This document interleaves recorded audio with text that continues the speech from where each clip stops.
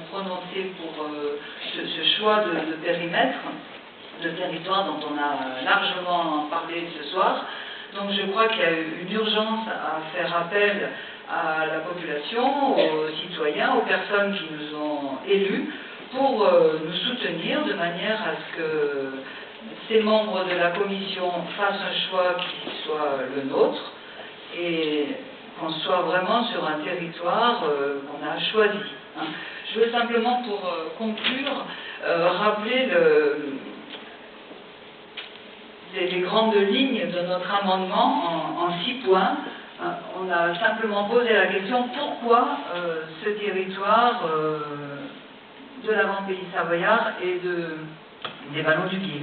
Alors on a 6 réponses qu'on a développées dans l'amendement qui est à votre disposition d'ailleurs. Première réponse, pour prendre en compte une réalité vécue et conforter un bassin de vie dynamique, ça a été largement explicité ce soir.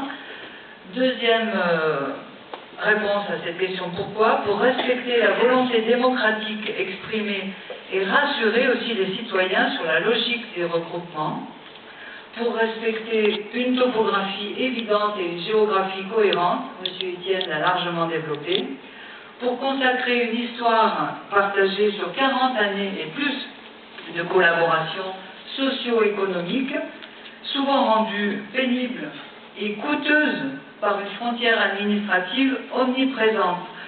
Simplement un petit exemple, des adolescents de Pont-de-Beauvoisin-Isère qui veulent participer à des activités proposées par Pont-Savoie, ce ne sera pas les mêmes tarifs pour les Savoyards et pour les Isérois.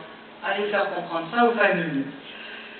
5e raison, pour s'appuyer sur les coopérations mises en œuvre par de nombreux syndicats interdépartementaux, le SICTOM, le syndicat des ordures ménagères, le SIEGA, le syndicat des eaux, etc.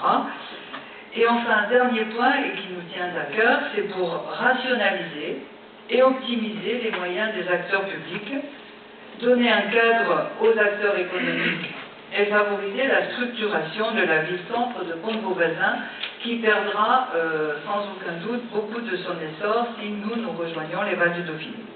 Voilà, je vous remercie.